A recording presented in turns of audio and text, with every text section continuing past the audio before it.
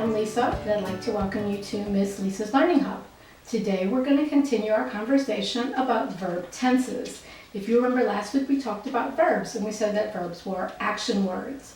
We can also have helpers to verbs when we add things like is and are, which are called being verbs, in front of them. And we also have linking verbs, which link a subject to what it describes. Now we're talking about verb tenses, which means it can be in the present tense, which is right now, the past tense, something that happened 5 minutes ago or 100 years ago, or future tense. Different tenses require different rules to make that tense happen properly. So let's look at some of the rules. I don't know if you just heard that meow, but my kitty cat Ellie just joined us for the video. And she just came up. Yes, Ellie, hello. All right, past tense describes what already happened. It could be yesterday, it could have been a long time ago.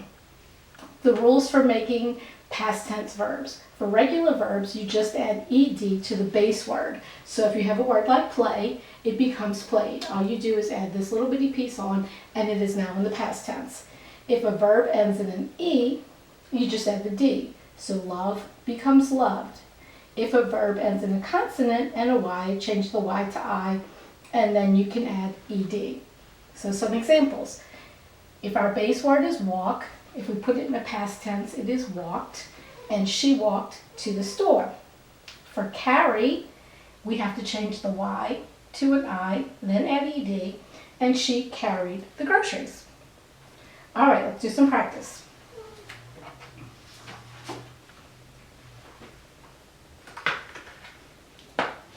All right, the first one. I visit my uncle last week.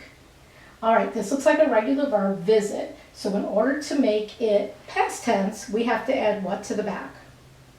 That's right, ed. So we would then say, I visited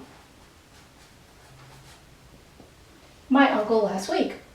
Let's look at the next one. A woman fries spring rolls made of shrimp and vegetables. All right, fry. So we have one of those strange words. So a consonant y, change y to I, and then add ed. So instead of fry, we're going to say fried, correct. F-R-I-E-D. Number 3, I pin the flower onto my shirt. Okay, that sentence makes sense if you're doing it right now. But if we want it to be a past tense, what do we have to say? Right, we have to add ed onto the end. Now this is another special word. English has tons of different rules. When we have a word ending like here in an N, sometimes we have to double the consonant before we can add ed. So we're going to say I pinned, P-I-N-N-E-D, the flower onto my shirt. All right, number 4, my friend sipped a glass of root beer. Another one of those situations where we have to double the consonant. This is just basic English rules. I sipped, S-I-P-P-E-D, a glass of root beer. And the last one, he lived on a farm. What do we do with that?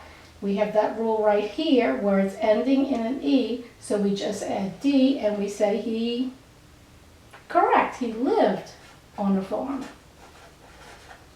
All right, so this is our past tense verbs.